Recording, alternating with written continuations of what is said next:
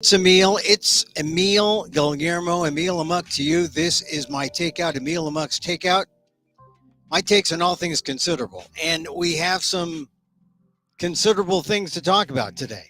Because did you feel the seismic shift around 10 o'clock, 10:30 Eastern time when that opinion was released?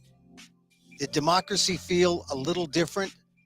Because if you believe in our country, and we're coming up to the birthday of our democracy, July 4th, we're going to be a different country because the Supreme Court has given the presidency more rights than it ever has had in the 250 plus years of our country. We have never had to make this kind of adjustment until we had a criminal former president, Donald J. Trump, and his appeals to protect himself from criminal prosecution, specifically on January 6th. The case went up to the Supreme Court today, and today the Supreme Court said, yes, a president deserves pretty much absolute immunity. They separated it and said, okay, well, his official acts, he's immune from repercussions of his official acts. However, the definition of those official acts are very, very narrow. And essentially what we have is tantamount to absolute immunity. They won't say that because then we would not be a democracy anymore. We would be, it's funny.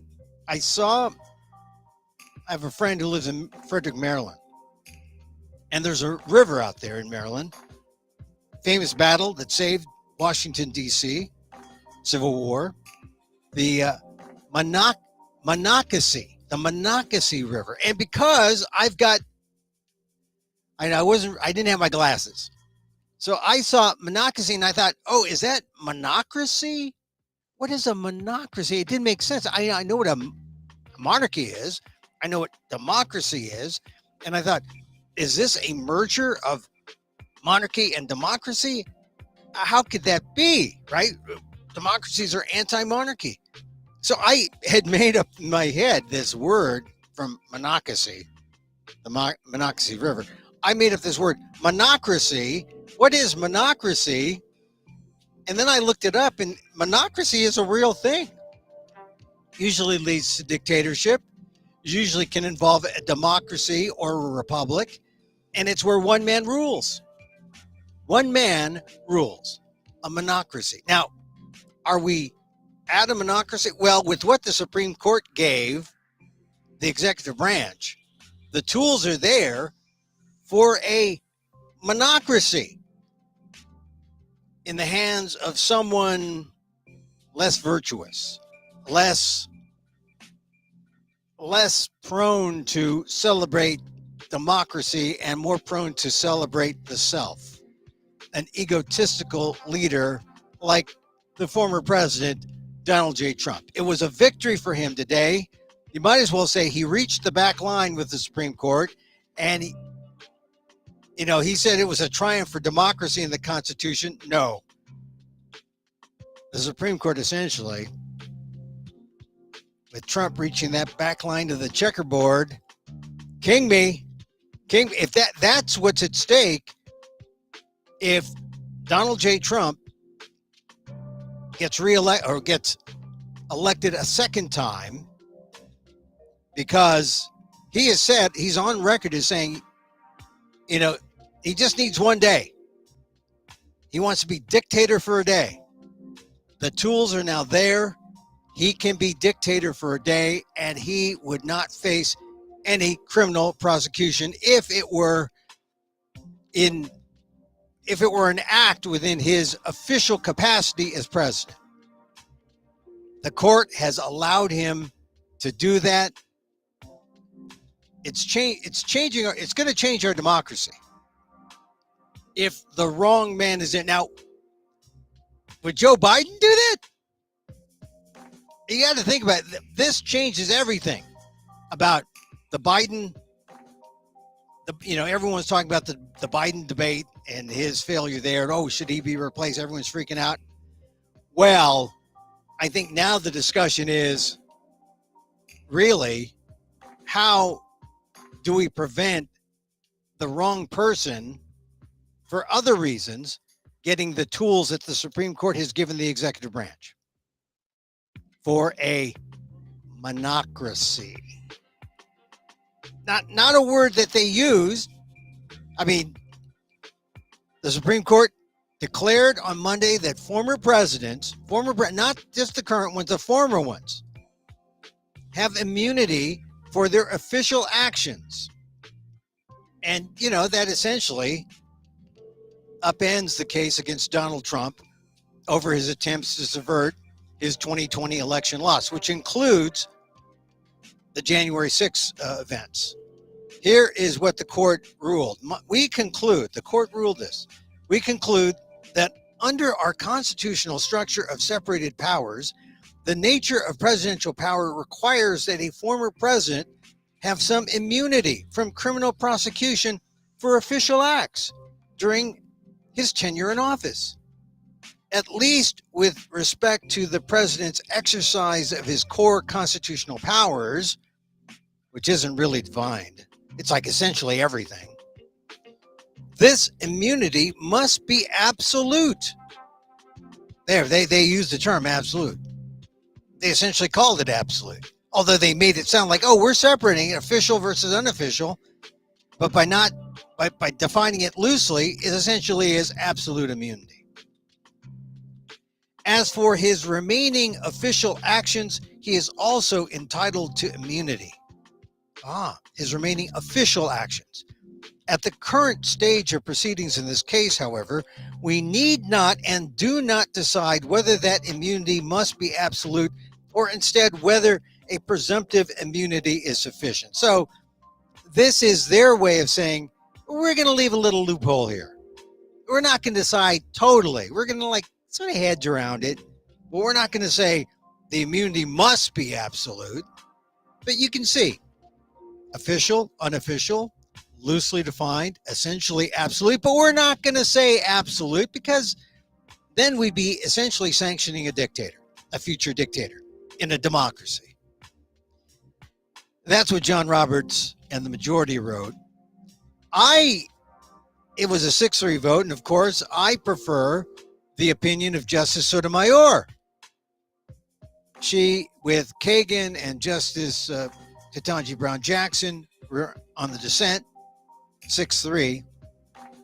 This was written by Justice Sotomayor. Today's decision to grant former presidents criminal immunity reshapes the institution of the presidency. It makes a mockery of the principle foundational to our Constitution and system of government, that no man is above the law. Now, how many times have we heard that phrase in the last 2 years? No man is above the law. And we used to believe that. It was like sacred doctrine. It was more than just a mantra. No man is above the law. Oh, yeah, really? Now, after this, some are, most times, if you're the president of the United States. Sotomayor said, relying on little more than its own misguided wisdom about the need for bold and unhesitating action by the president, the court gives former President Trump all the immunity he asked for and more. Because our Constitution does not shield a former president from answering for criminal and treasonous acts, I dissent. That's Justice Sotomayor's statement right at the top of her dissent. It's true. I mean, you might as well, those black robes of the Supreme Court, you might as well paint them red. They are red robes. Doesn't make them cardinals, but then that we would be a part of another cult, the Catholic Church. But those robes might as well be red.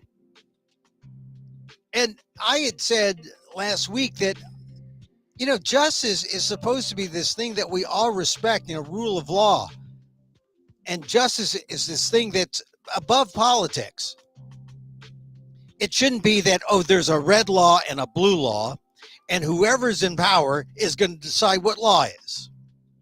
But increasingly, in this democracy, we find ourselves with red law and blue law, and very rarely do we find a unanimous decision that says, yeah, this is the law. I mean, this is the thing that was, 6-3 court. It would have been better if it was like a 9-0 unanimous decision that, yeah, we got to shield these presidents. But no. Sotomayor, Kagan, Ketanji Brown Jackson, they all said, this reshapes the institution of the presidency.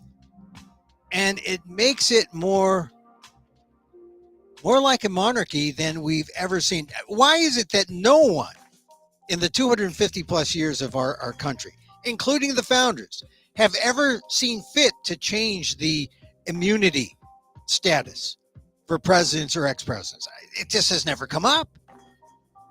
I mean, not to the extent that we have this fundamental reshaping of the institution that we see today. It's pretty stark. It's the words that you can use: stark, stunning, disgraceful, shameful. It makes the court political. And as I said, take off those black robes and put on the red ones. It's a red court. And it's a culmination of things, maneuvers done by Trump by appointing the members of of all the courts, right? The judiciary, but especially making his appointments to the Supreme Court. And this is going to take decades to undo. But now, so if you were alarmed by a debate that happened last week about the presidency and the 2024 election, well, this should supercharge and really overtake any concern there about Joe Biden. Now you got to be concerned about the other guy winning, the other guy who was on display with his mountain of lies, who showed America what he's like. This is the guy that the Supreme Court essentially will say, hey, this is the rule of law. We're giving you the keys. A president on day one, when that's all Donald Trump needs to do his day of dictatorship and not face any repercussions legally for anything criminal. So I was reading through Sotomayor's decision, and she really links it to January 6th and talks about how all this has come up because it puts into context the situation that it's a president desperate to stay in power, and talks about how the events leading up to January 6, 2021, what President Trump did to spread lies that he actually won, even though he was told he lost, how dozens of courts rejected his claims that he won, that anything was rigged. Then he went to certain states like Georgia and tried to find 11,780 votes in one state. So all this is in Sotomayor's opinion. The context is there. And then it talked about how then Trump went to the Justice Department to try to get them to do something, use the authority to somehow change the election. When that failed, Donald Trump turned to the vice president. When that failed, he turned to the people gathered on January 6th, and we know what he did on January 6th, when the crowd violently attacked the Capitol and Donald Trump delayed in taking any action to stop the abuse, the chaos that happened that day. It was, as Sotomayor put, a last desperate ploy to hold on to power. So this, her opinion is, you might have seen the high point, where she talks about all the bad things a president in the future could do. But just looking at what the president can do is pretty damning. And she goes over this. One thing that is, she says,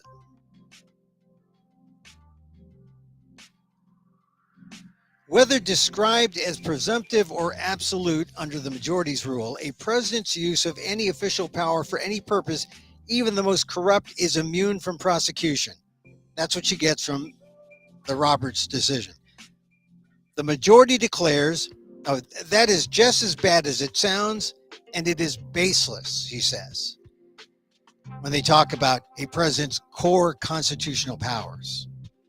She says, the majority declares that evidence concerning acts for which the president is immune can play no role in any criminal prosecution against him. And this is a critical thing, because you can't use a president's motivation. If he's in office, you can't use anything he said.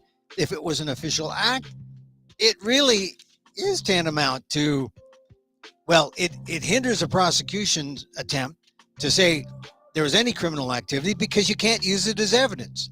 And that's going to be a challenge if Jack Smith, the special counsel, is going to be able to mount even a winnowed down case after something like this. And certainly he's not going to have a chance to go before the to have a trial before the November election. And then if Trump wins, the case goes away. So you see how this all plays into the Trump hand. A couple things from, and then I'll finish off with what Sotomayor said in her final page. But, one of the things she goes into is how you have the conservative court talking about originalism. And Sotomayor brings up the Constitution. She says the majority calls for a careful assessment of the scope of presidential power under the Constitution. For the majority, that careful assessment does not include the Constitution's text. And then she goes into how the Constitution's text contains no provisions for immunity from criminal prosecution for former presidents. The founders didn't think it was necessary, but Roberts, Clarence Thomas, Samuel Alito, they do. And it's almost like, call this the fake originalist court. Because if you look at what the Constitution says, you look what the founders and the framers might have done, they would not have done the thing that happened today. Okay, a couple more points. Well, let's just go to I mentioned how you can't use evidence as an official, if it's part of an official act. So let's just go to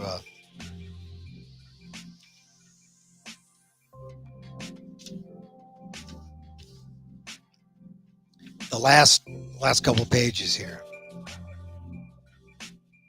because it's pretty stunning. Looking beyond the fate of this particular prosecution, okay, she's talking about another case. The long-term consequences of today's decision are stark. The court effectively creates a law-free zone around the president, upsetting the status quo that has existed since the founding. This new official act, or this new official act's immunity now, lies about like a loaded weapon for any president that wishes to place his own interest, his own political survival, or his own financial gain above the interests of the nation. The official act's immunity versus the unofficial acts, which you can prosecute for, but it's a very small definition about what's official or unofficial. And Sotomayor calls it a loaded weapon for any president that wishes to place his own interests, his own political survival, or his own financial gain above the interests of the nation. Hey, does that sound like someone who's running for president? I'm just wondering. The president of the United States is the most powerful person in the country and possibly the world. When he uses his official powers in any way under the majority's reasoning, he now will be insulated from criminal prosecution. Orders the Navy SEAL Team 6 to assassinate a political rival? Immune. Organize a military coup to hold on to power? Immune. Takes a bribe in exchange for a pardon? Immune. Immune, immune, immune. Is that hyperbole? Some commentators said, oh, come on, that's never going to happen. That's hype. The potential is there. We never thought a Donald Trump would happen. We never thought a Donald Trump could be elected president one time. Two-time, God. You know the old phrase, fool me twice? What happens to us? Let the president violate the law. Let him exploit the trappings of his office for personal gain. Let him use his official power for evil ends. Because if he knew that he may one day face liability for breaking the law, he might not be as bold and fearless as we would like him to be. That is the majority's message today. He doesn't have to worry. If a Donald Trump was in there a second time, dictator for a day, I would worry about the day extending into a month, a year, into 4 years, into president for life. That's what I worry. I would worry about our democracy. Even if these nightmare scenarios never play out, says Sotomayor, and I pray they never do, the damage has been done. The relationship between the president and the people he serves has shifted irrevocably. In every use of official power, the president is now a king above the law. King. I mean, it's dramatic, but it's real, and the potential is there, especially with someone like a Donald Trump who is seeking office for a second time. He knows better now. He's got the tools now. He's got the people in place. There's that Project 2025. There's this decision from the Supreme Court. He's ready. If you've been on the sidelines in this election, this should be your wake-up call. Forget about Joe Biden's debate. Think about SCOTUS and this ruling about how you're going to stop this from being abused. Because if another guy, the liar who won the debate last week, if he gets in, he will use this to his advantage. One last section from Sotomayor. The majority's single-minded fixation on the president's need for boldness and dispatch ignores the countervailing need for accountability and restraint. Accountability, the no man is above the law thing. Out the window with this. Accountability, you can't touch them. The framers were not so single-minded.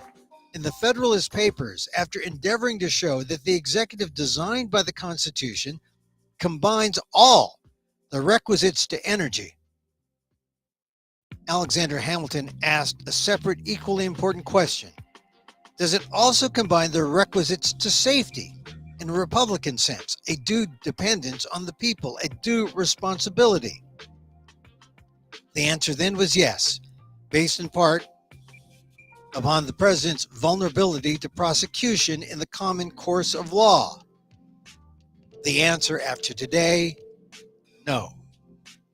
No vulnerability, no prosecution. Never in the history of our republic has a president had reason to believe that he would be immune from criminal prosecution if he used the trappings of his office to violate the criminal law. Moving forward, however, all former presidents will be choked or cloaked in such immunity. The people will be choked, but the president, even former presidents, will be cloaked in such immunity. If the occupant of that office misuses official power for personal gain, the criminal law that the rest of us must abide will not provide a backstop. With fear for our democracy, I dissent. Justice Sotomayor. That's her dissent. Read that and not get riled up. Let me bring in my friend, College of Ethnic Studies, San Francisco State University, Asian American politics professor emeritus, Daniel Phil Gonzalez. Hi, Dan. Uh, I wish I could say good afternoon, but it's not a good afternoon. Yeah, I mean, there's a lot of people out there who haven't heard about the ruling. Maybe they've heard a headline, but this is a for real thing. This is an important matter. Uh, well, it's not only this ruling, but this ruling actually this holding actually augments all of the other holdings that That came are down. Yeah. against the interest of the general public. Okay, and that's the problem. Is that I'm going to ask you this question: do you believe that the general public understands the gravity of several other decisions that have been made in the past 2 weeks by this court? Oh no, no. I think it's been so overshadowed and undercovered that it may be a headline, but for example, the ruling on the unhoused, where it really essentially criminalizes poverty. I don't think people really fully understand that. The Sackler decision, the decision to strip away the federal, regulatory power from the agencies, all these things. I mean, that give us the EPA and clean air and clean water. I don't think people understand that the court really has rolled over and given into corporate interest as opposed to the people, because that's what it is: the corporate interest versus regular folks who look to government to help them out, to represent them, to keep them from being run over, run roughshod. Well, but see, I agree with you completely. The problem is that the general public, with the exception of students who have taken classes where the professors are at least even handed Yeah. in the treatment of these issues, and I'm not going to take it away from high school teachers too. I mean, Oh yeah, that's I've where you get asked civics. students, yeah, I've asked students who have shown an early uh, uh, analytical disposition and ability where they got that. And it came from generally two places. One, the family table, right? Yeah. Discussions at the family table. And two, from a teacher or one or more teachers. Yeah. And so we play a massive role in terms of effectively educating the general public. Now, the problem is that it's the last great estate, as they say, of journalism that also carries that responsibility, that obligation, and we have we have a majority now of journalistic sources that are at least questionable Yeah. and at times outright condemnable, and they have been in operation for the entire existence of this society, but they have become ingrained and highly powerful and influential in the last 30 to 40 years. It Yeah. began And shortly and after Nixon, right? And it yeah. continued till this time. But specifically within the last 10, 15 years, you've seen um, the news become more biased. You found it harder to get a comprehensive general view. And so people seek out the news they want, and they don't go to more than one source. So they get, so you go to Fox and get one news. You go to MSNBC and, well, they don't go to MSNBC, but the people who want MSNBC, they get their news there. And then there's some people who don't get any news, because they'll see it if it pops up on their iPhone. They'll get their news. Younger This, generation, yeah. I give you one guess where the Oh majority yeah. of their information comes from. They go to TikTok, right? Yeah. It's Yeah. not only TikTok, but TikTok is a major element. Yeah. Instagram as Yeah. well. Yeah. So social media generally, Yeah. And yeah. so And that's what well, we're up against. That's what we're up against. It's education, right? Both formal and informal, okay, and at least some form of objective education yeah. versus social media and skewed, highly polarized treatments of politics and social issues in So American society. so That's what we're up against. so So Dan, these guys have really done a trick, man. I yeah. mean, I was really upset with the bump stock decision, not just because it's about guns and the ability of people to fire rapidly weapons. It turns a basic rifle into a weapon of mass destruction. Okay, Right. and these people, I don't even I want to call them all kinds of names that would get us in trouble, but these people have shown how unfit they are by making decisions like that are completely nonsensical, right? Yeah. You got to know that that is nonsensical to say that there's no way you can compare the bump stock edition to a machine gun. Man, Yeah. let's put them in a rifle range and force them to stand there and watch somebody fire a bump stock equipped rifle. I mean, Yeah. these people are nuts. Yeah. It's just completely insane. Well, maybe that's why Sotomayor, in the dissent to this case, used said this ruling was like a loaded weapon to anyone who would abuse the presidency because they understand Well, the she's gun. being figurative. She's being figurative. Yeah. I'm being literal. Right. Right. That's what I mean. I mean, literally and figuratively, the gun metaphor works It because that's what works. people understand.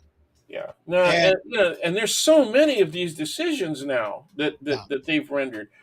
The big one from I guess it was Friday was federal agencies, Right. The federal weakening agent. federal agencies. So and the irony is that there's some new federal agency decisions, right, based on congressional empowerment, enabling, right, that are going into effect now just before the election. Well, what 180 something days before the election, and Yeah. and they're really good. They're really going to be protective of things involving consumers, all the way from drugs to like electronics devices and things like that. So for once, the federal agencies are actually doing something that copies what California has done, for a few years earlier, and that again California has a spotty history recently, but overall, right? Yeah. California, ever since the post World War II era, was a leading state in terms of protecting the interests of the general public, particularly consumer Yeah, well, protection. that's the thing. I mean, the public and the consumer kind of one and the same, but increasingly it's like the government um, is a decision between the corporate interests, the business interests, and the consumer and the general public. And the business and corporate interests have tended to win out last decade or so.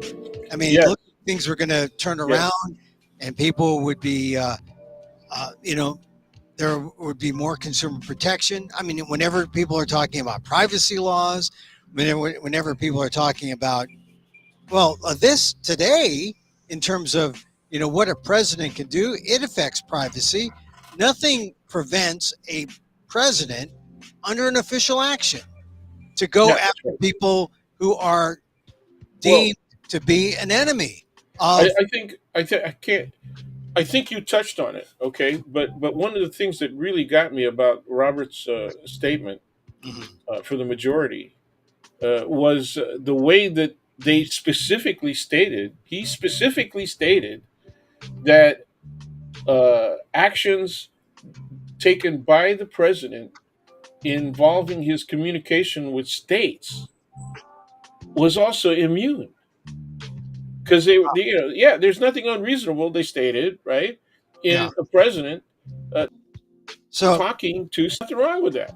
so yeah, that's an official act. It would Yeah, be exactly. immune, and And so so are they saying in essence, right, that his communication, just find me 11,039 votes, right? That's yeah, okay, yeah. right? That's okay. I mean, clearly it's an attempt to commit a gigantic fraud, right? Yeah. Yeah, well, Right. that's the thing. What is unofficial? Unofficial would be, hey, I'm gonna bet $100 with a bookie on. Well, you don't have to go to a bookie now; you just go online. But Yeah, that's right. I'm gonna bet on You're this. showing your age, dude. Yeah, I'm gonna bet on this. This whatever this game or I don't know. It's like what is an unofficial is You could, yeah, Having you sex could with stream Stormy anything Daniels? now, man. You could play online poker like crazy. Oh, But yeah. anyway, yeah, Well, how about is having sex with Stormy Daniels? That's an unofficial act, right? yeah. You It was know, an unpleasurable, unsatisfying act, but it was unofficial. well, yeah, but from whose perspective? You know, Well, I mean, from Stormy Daniels' perspective, she said, yeah, "Well, it was missionary. He didn't yeah. use a condom." Well, I don't Well, want to talk about. Yeah, I I'm don't just want to. saying, I'm just saying, what's an unofficial act? Yeah. What Everything counts. Everything counts, and everything gets. the speech, man, Yeah. the speech Well, about letting everybody. I'll meet you there. I'm going to yeah, meet you at the Capitol, right? That is an official protected act yeah, under this so- decision. yeah. I mean, well, So how much of Jack Smith's case is left, right? Yeah. well, it's It probably looks like a bikini cut, you know. it's like winnowed down. But now here, the statement for Roberts. At the current stage of proceedings in this case, we need not and do not decide whether that immunity must be absolute or instead whether a presumptive immunity Oh is man. sufficient. So the presumption of immunity Uh, is there, but all it does is buy time for a oh, president to kick it oh. down and then up and then to the next court and down and Once I'll tell you, once I read those absolutely and presumption, I said, "Oh man, what?" I couldn't believe it.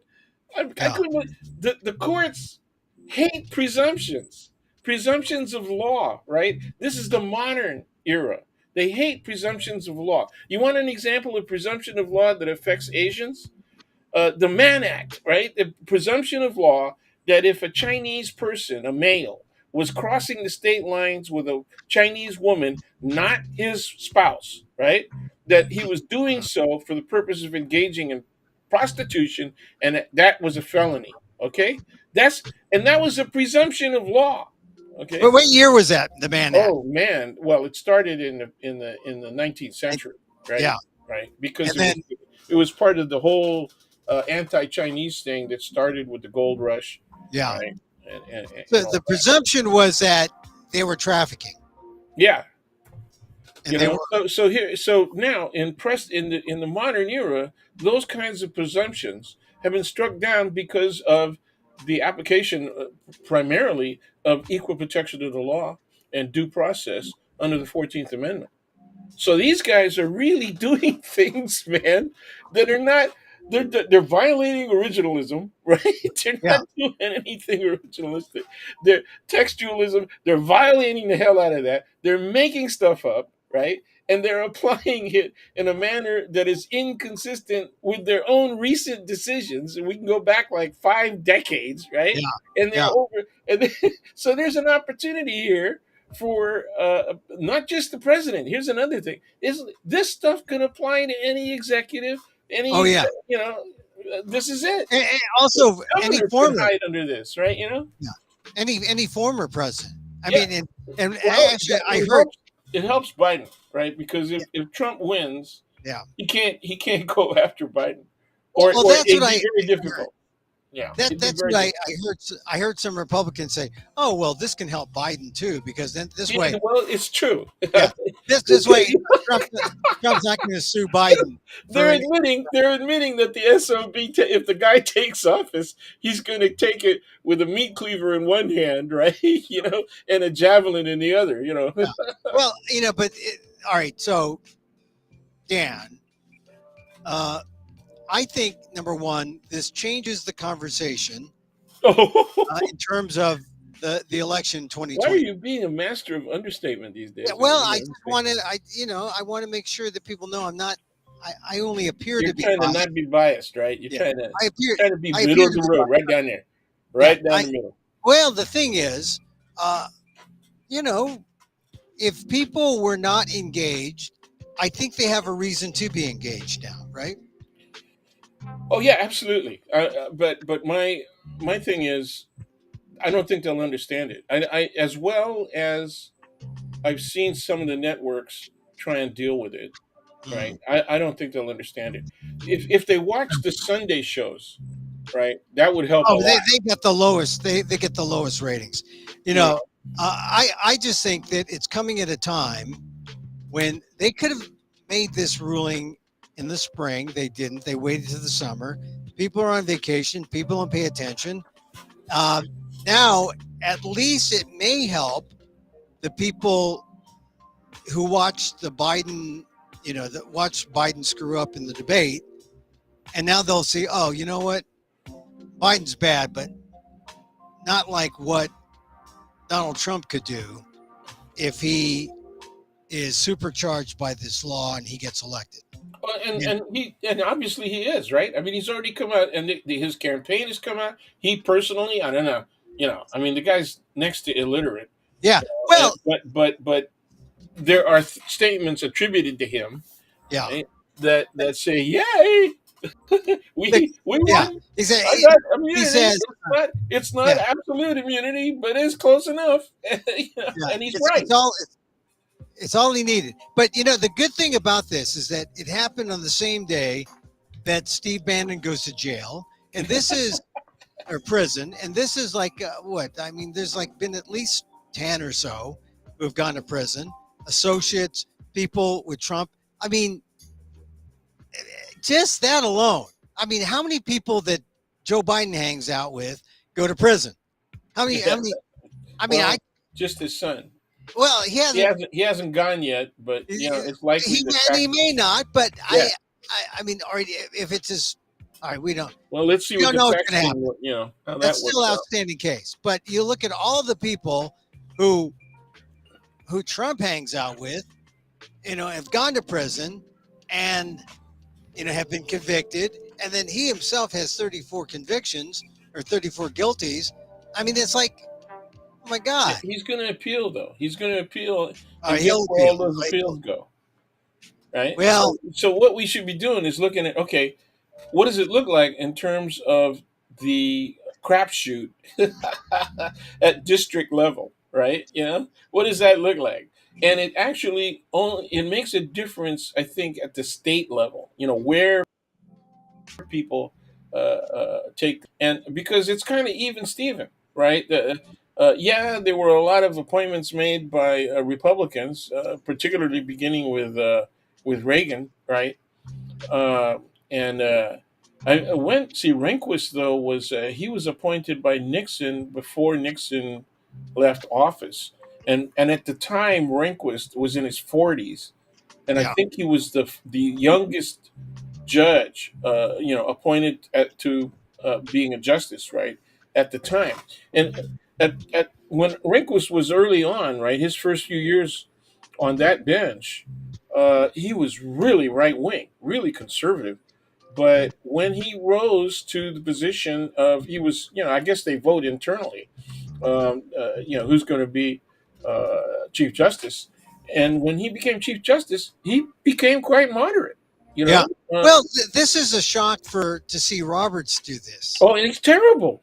Because He's everyone terrible. thought, oh, he's going to be the swing vote. He's going to be the reasonable No, one. He's not you the know what? I reasonable. gave up on that. Remember when Obama said that Citizens United was a horrible decision?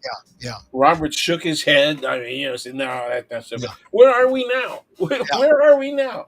You yeah. got Well, all kinds of. It's not just dark money; it's black money now. well, how about this? What about Alito and Thomas not recusing themselves because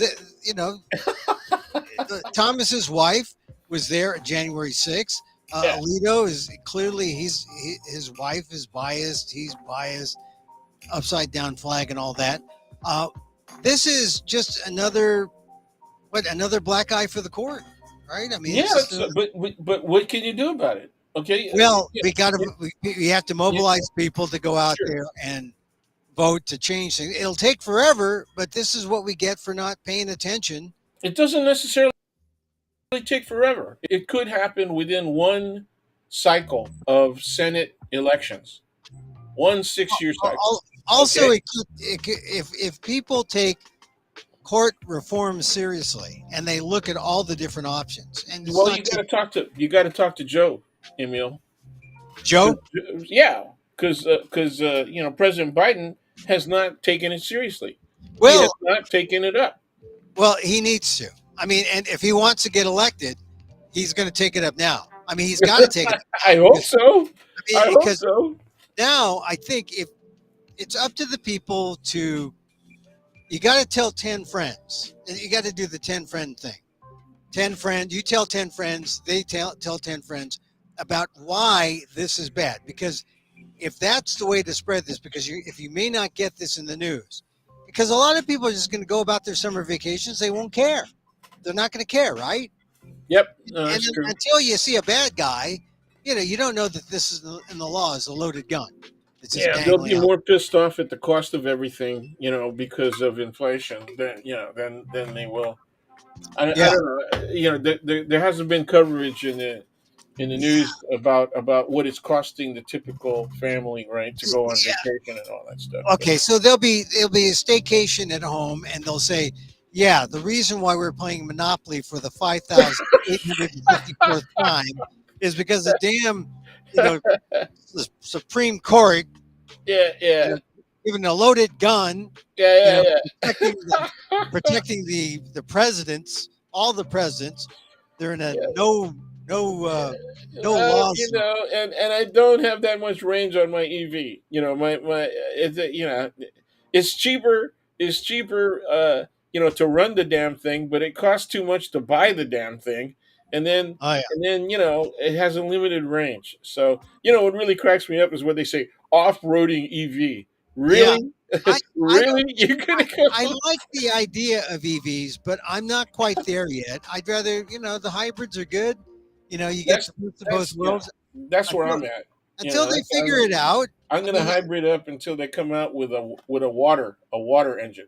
You know, a water engine. Yeah, yeah. yeah. I like that. I like that. No, it's already possible. It's feasible in the sense that they have working engines. It's Oh not yeah. feasible in the sense Oh, that a water engine. Aren't you talking about steam, Dan? Steam. no, no. I'm talking about the conversion of H2O into separated H and O Oh, a hoe car. fuels. So then, yeah, yeah, that's true. That's Yeah, true. I mean, it's only feasible now, on a small scale, but at least it's not explosive, yeah. like hydrogen fueling stations, or better yet, remember when they were talking about hydrogen airplanes? Oh yeah, yeah. Going, oh Well, yeah, there was Donald Trump the other day talking about electric airplanes. They want electric airplanes. they exist, but they're prop driven. They're prop driven. They're not jets. Oh, he wants them out there in the war. Yeah. This is Yeah, the thing about yeah, Trump. yeah, I mean, yeah. you look at all the We could lies. win the Second World War, with electric. You look at all the lies Yeah, he says that's made. I want to laugh with you, man, and I want to laugh with you because this stuff is just. I mean, it is It is, grossly depressing. You but we're know, on the way out. We're on the way out, right? And we're we're on, as a democracy, yes, and if we are on the edge of falling over the edge and losing our democracy, even if we only do it in increments. Okay, you can kiss capitalism as the fools who are backing Trump up understand it. You can kiss that goodbye, all right? Because this stuff is going to destroy the American economy, right? They just got. I don't know. Did these guys take Econ 100 or 101? I thought that was required, man, in all well. institutions for. Well, wait a minute now. So if the economy is wiped out, we're all wiped out, including the business elites. Yeah, but they can split, man. Look, Yeah, that's what they do. They leave. they'll go They got no global. national. They have no real nationality. Right. It's Their just their money. nationality is wherever the hell they can get the best tax benefits and set up shop with cheap labor. That's Right. that's it. I mean, Right. that stuff is so really simple. It's so goddamn simple. It's pitiful. That's true. That's true. That's true. And look, I mean, that's the thing.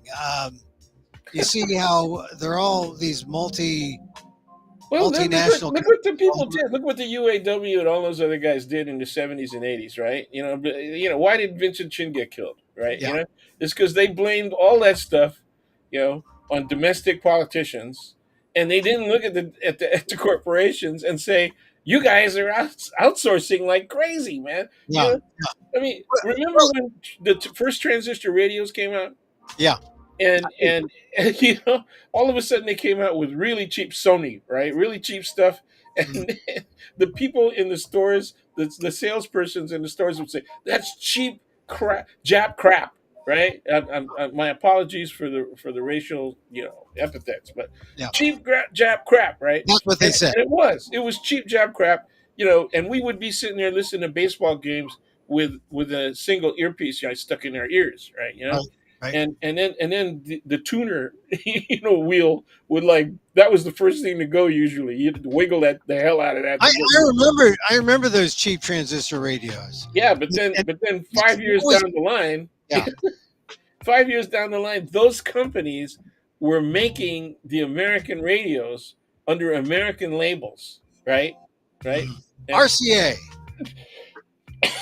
excuse me, Zenith. Oh, Zenith. Yeah, I had one of Zenith, those. I had one of those. Philco. I had one you of know those too. all Phil- I had a Philco. It you know wasn't. and then they got so good they decided we're going to just use our own labels. So Sony, says, okay, this is, we're going to do it. And then Panasonic, right, as a competitor against Sony. And so they said, wait, okay. And then the Germans, right, they came down with their best electronics. And so it was a battle between Japanese electronics and German electronics. And you Yeah, know who was bringing that stuff home was GIs. yeah, yeah, yeah. They would go. Veterans were bringing this home, and They then still they, do that. They they still do. still do because Guys, you could go to the PX and yeah. you get tax free treatment on good stuff. You know. Yeah, interesting story about how our democracy is failing and capitalism. But the thing that is going to change everything is the revolution with AI.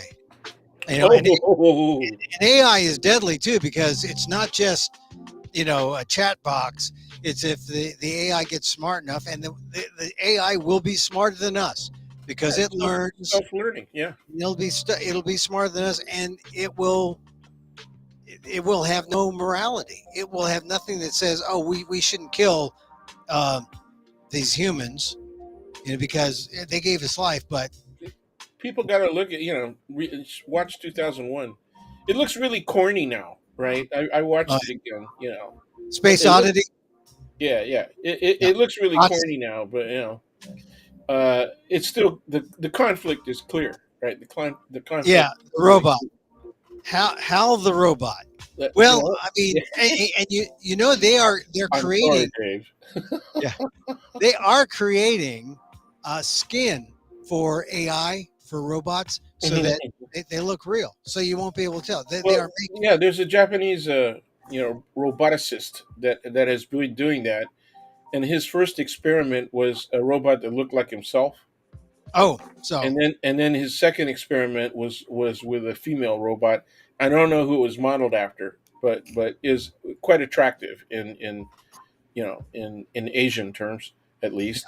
And it's spooky. I mean, it's spooky. I mean, this yeah, stuff. I mean, it's going to happen. I maybe more, what, 15 years or close sooner than that. In terms of the skin, I think it'll be sooner. What is cool for me is now they got batteries, so that you don't see this big old cord, right? Yeah. To the robot. But they've got. Did you see those dancing robots? No, I haven't seen Oh those. man, they got a dancing. Dancing robots. Oh, I think I've seen some soccer playing robots. Yes, Haven't seen. the I soccer mean, I playing guess. robots were smaller scale, but they were a combination of the dancing robot technology plus AI. They See. didn't they didn't teach them or program them to play soccer. They just figured it out.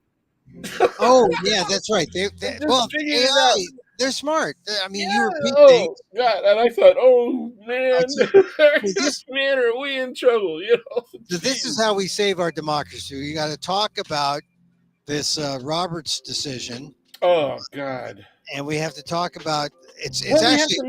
to make changes to the courts Mm, reasonable. Okay, yeah. like I was really scared until I looked up how many appointees to the federal district level, right, or all the federal levels, right. Mhm. were done by presidents, and Yeah. it's not that scary. It's about 50-50.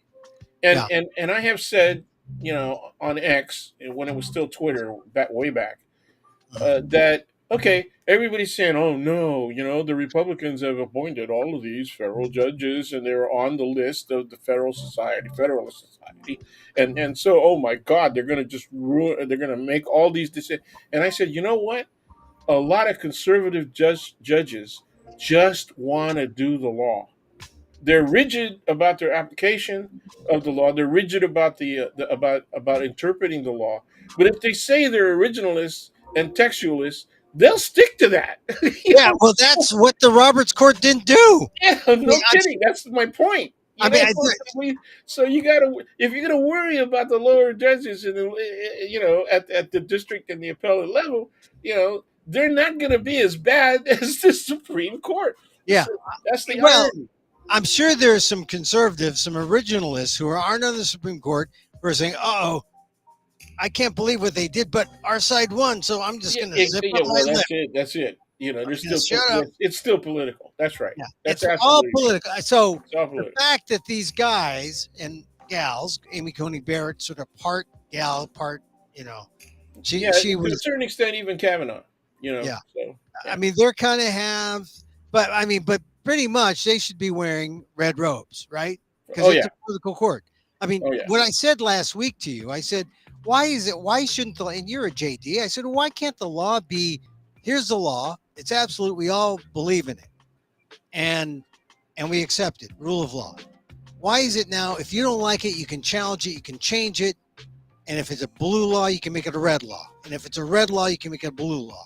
The point is, laws are political. It shouldn't be that way, should it, Dan? Yeah, it shouldn't. But it is, right? Yeah, well, what you just did though was you said, okay, red and blue, and again, it allows people to come to the supposition that there is an equal amount of abuse, Oh yeah. red and blue, and there is no equality. Okay, Uh, I apologize to my students when I say, look, it is extremely difficult for me to get to this point when I start talking about anything post Nixon, right? It's really extremely difficult for me to maintain a middle of the road presentation of the history, the legal history, the political history, because it's so lopsidedly, okay, anti-democratic. Not big D party, but anti-democratic in terms of, Democracy.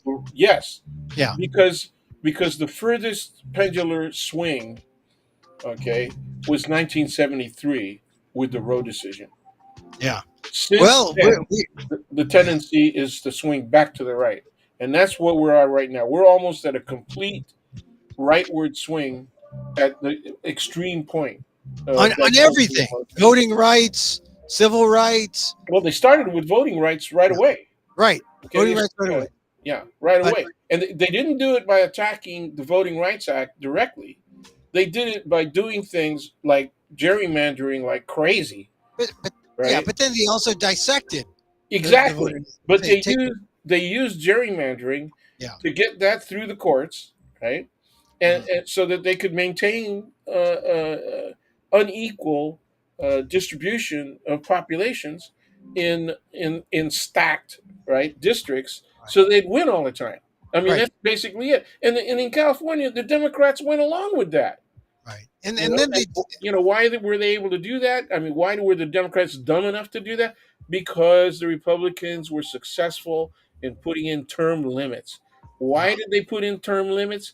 Because they wanted to get the hell rid of a guy named Willie Brown, who was the Speaker of the Assembly.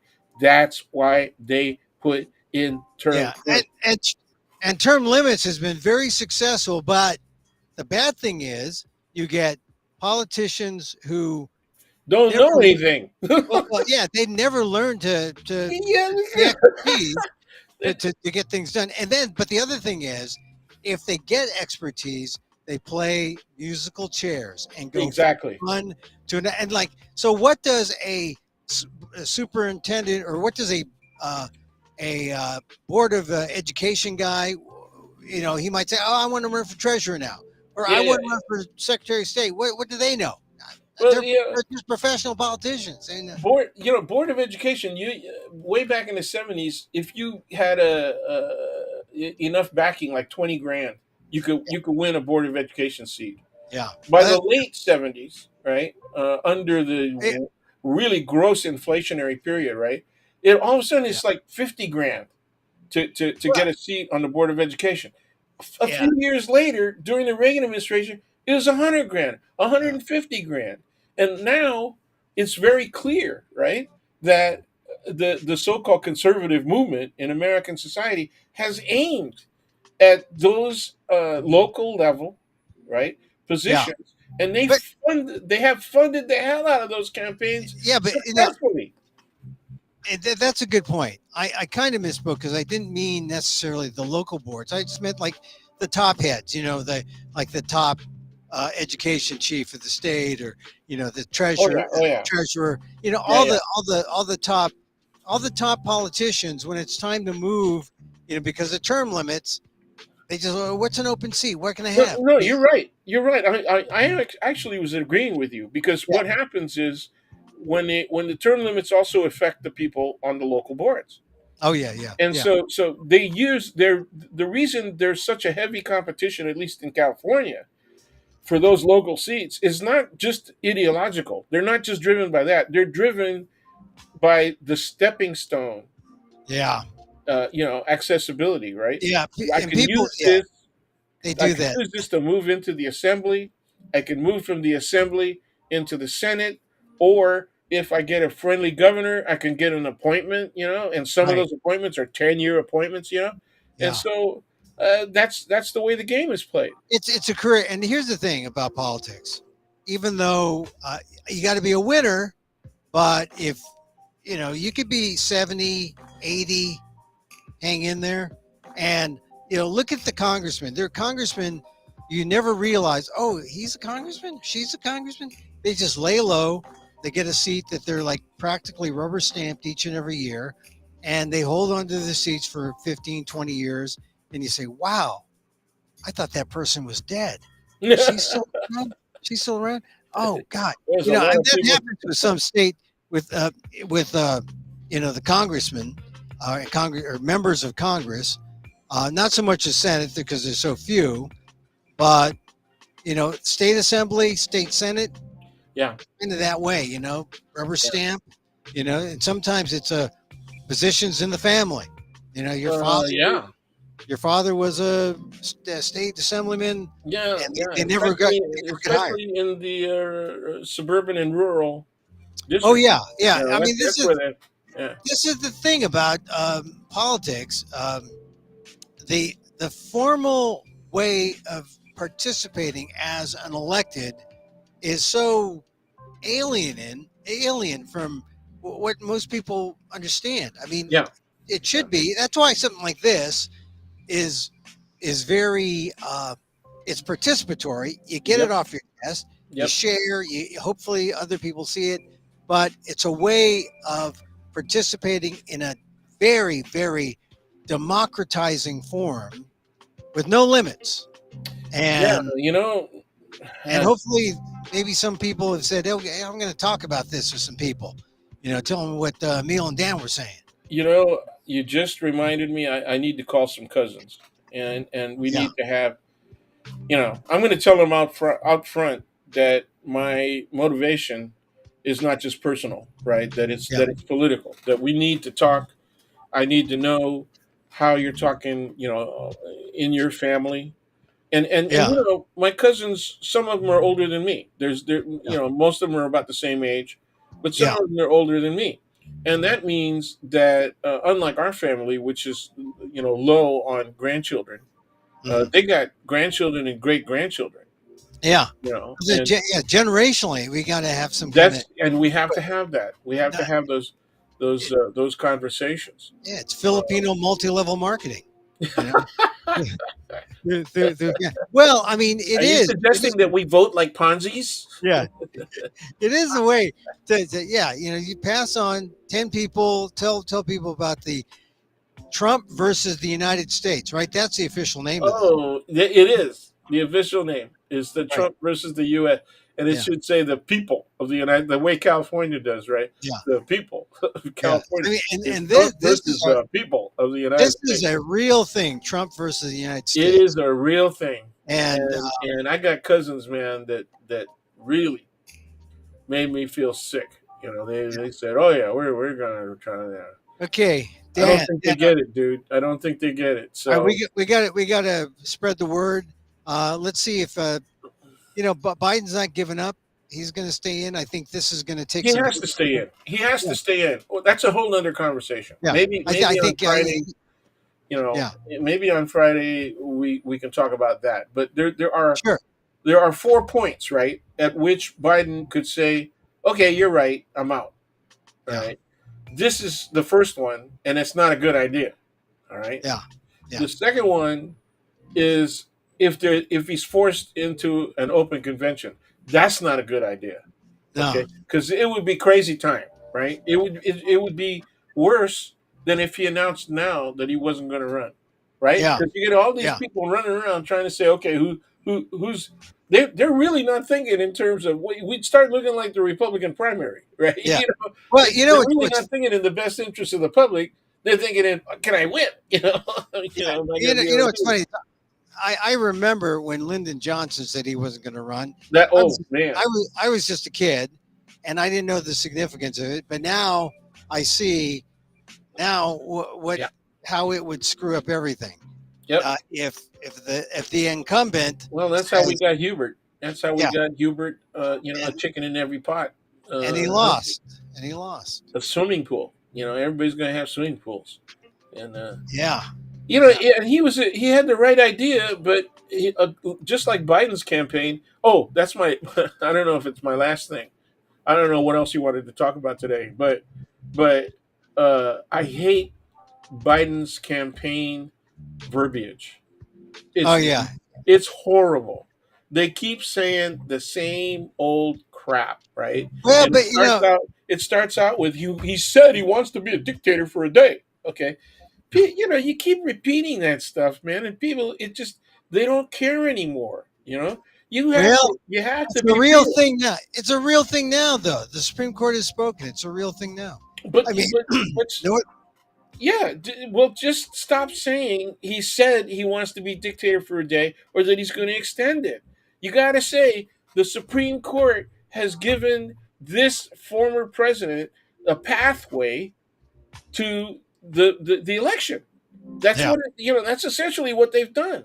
Okay, yeah, not only that, if he loses, they've made it harder for people to go after him for crimes that he committed at any time, right. And look, whatever the hell box and you want to put his activities in, and whether it's if private or official or not yeah, official or questionable. but if he wins, he will use that tool, Oh and yeah, he will go after people who. I mean, I think about the time when he was sitting at the correspondence dinner, and everyone was making fun of him. Obama was making fun of Trump. I bet you Obama has that back. Would Yeah, have that moment back because that was when he decided he was going to try. yeah, and then there it was. I mean, Donald Trump was just sitting there fuming. Oh, that he's going to come after everybody, and he's gonna be like the Republican Kerry. You know, Kerry, the Brian De Palma Yeah, movie. yeah, He's gonna like use massive destructive force, his right? A massive telekinetic destructive energy, force. and there's going to be red blood falling on everybody. So Yeah, I wouldn't use blood. yeah, In his case, I think it's pig blood. I think. All yeah, right, it hey, was listen. blood. So But Dan, all right. So thanks for coming on a Monday, and well, we'll see you. thanks for tolerating me. I mean, it's Well, just no, really important. It's it is. extremely important. I All right, didn't talk about the Kitanji, but people should take the time to look at both the Sotomayor and the Jackson. dissents and Ketanji Brown Jackson's dissent as well. Extremely well stated Yeah, and yeah, concise. yeah. It's not like Roberts has the the market cornered on logic, and that this was the only decision. This was the only way this decision could have been rendered. If you read the dissent from Jackson or from Sotomayor, like I did, you know this is potentially very, very bad for our democracy. So Yeah, anyway, I agree with you that Sotomayor's dissent. I think it's key. I would suggest that people read the Sotomayor dissent or at least some summary of it, and yeah, then secondarily Jackson's dissent. yeah, But Sotomayor really did it well. I mean, she if when she shouldn't retire, right? Maybe she should, but she shouldn't retire until we got a shot at a couple of more appointments, right? To yeah. to the bench. I, But w- I I would put think, them all. hey, people got to stop thinking in terms of just Joe too. They got to think in Yeah, terms of Congress. Got to think I in terms of down ballot. You got to think in terms of yeah, the Senate, because then you have a chance at reforming the court. You really yeah. do. You know. I put Sotomayor on a vegan diet just to make sure she lives like 15 more years. Yeah, and maybe take up yoga. You Yeah, know. Yeah. and Jackson, Kagan too. Because Yeah. they're three. All of them. Yep. Yep. Yep. Yeah. Yep. Yep. All right, All Dan. right, man. Thanks, man. All right, take care. There he goes. Daniel Phil Gonzalez, College of Ethnic Studies, San Francisco State University, Asian American Studies, Professor Emeritus. He does politics, he does ethnic studies. He has a JD. He can talk about the law. And there he goes. All right, I mean this. Go. The Times has a downloadable thing for the decision. Read the decision. See how Roberts kind of maneuver this. This is landmark. They're calling it. Sometimes it takes a while before someone realizes the impact to say this is a landmark decision. Sometimes it has to sink in. Oh my God, this is a drastic ruling. But if you watch the commentators, they weren't sure at first, and then by the end they're saying this is landmark. This has never been done. This is, oh my God, this is historic. And why the heck did Alito and Thomas not recuse each other or recuse themselves? Which they easily could have done. They didn't. But they should have. Because they voted. I mean, they had conflicts, massive conflicts. All right. Watch replays of this on our YouTube channel at Emil Amok 1. Facebook, fb.com/EmilGuillermo.media. Also on Twitter at Emil Amok or X at Emil Amok. I get excited about this, but what saves me is I have this guru, and he says you got to be willing to accept all of it. Accept all of it. Don't get, relax. Things will work out. Don't panic. Relax, release. That's how you stay sane. But we got to take action. We have to have a preference. That's where I kind of slightly depart from my guru guy, because he says, have no preference. As everything happens, just let it happen and you handle it. But I'm better able to handle it if it was a good decision. But the fact that it wasn't means we can handle it, but it means we need to take action. All right. So let's end with a little loving kindness meditation. As I wish for me, I wish for you. May you be safe. May you be happy. May you be healthy. And may you live with ease. Emil Guillermo here. Till next time. Mahal.